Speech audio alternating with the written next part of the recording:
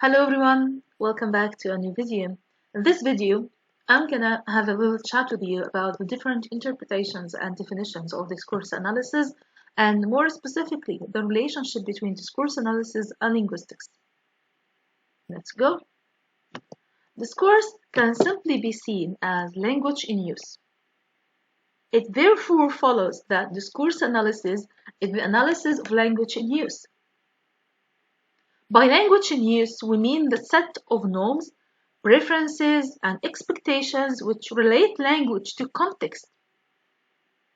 Discourse analysis can also be seen as the organization of language above the sentence level. The term text is sometimes used in place of discourse. The concern of discourse analysis is not restricted to the study of formal properties of language. It also takes into consideration what language is used for in social and cultural contexts. Discourse analysis, therefore, studies the relationship between language, whether written, spoken, conversation, and institutionalized forms of talk, and the context in which it's used. What matters is that the text is felt to be coherent. Guy Cook described discourse as language in use, or language used to communicate something felt to be coherent which may or may not correspond to a correct sentence or a series of correct sentences. Discourse analysis, therefore, according to him, is the search for what gives discourse coherence. He posits that discourse does not have to be grammatically correct, can be anything from a grand or simple expletive through short conversations and scribbled notes, a novel or a lengthy legal case.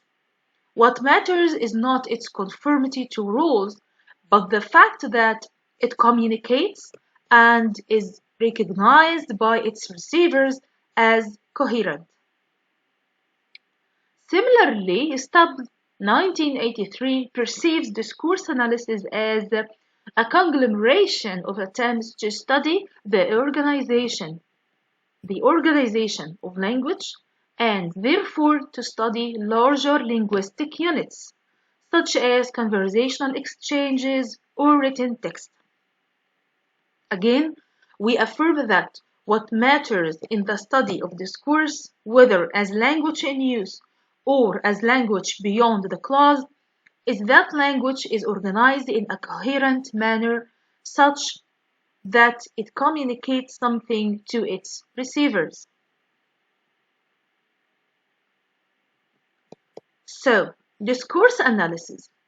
A discourse refers to a specific way of speaking, writing, or communicating that is guided by certain rules, conventions, and shared meanings within a particular context or community.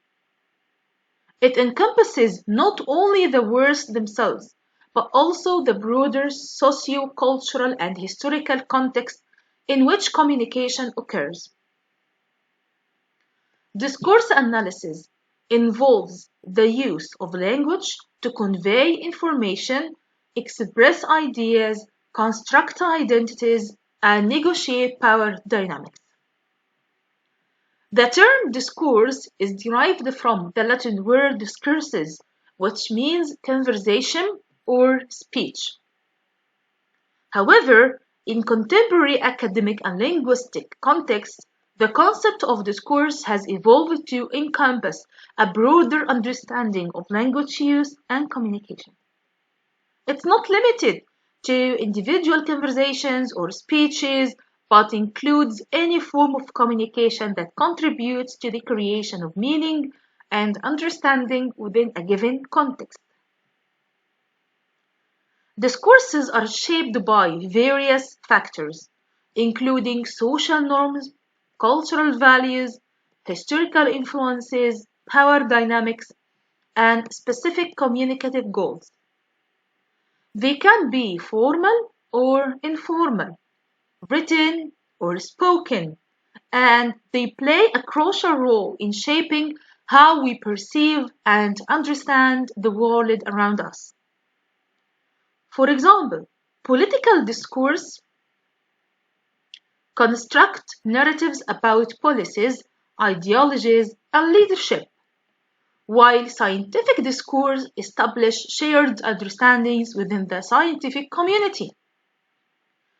In essence, discourse is the vehicle through which language operates within specific contexts to shape meanings, convey ideas, and contribute to the construction of social realities.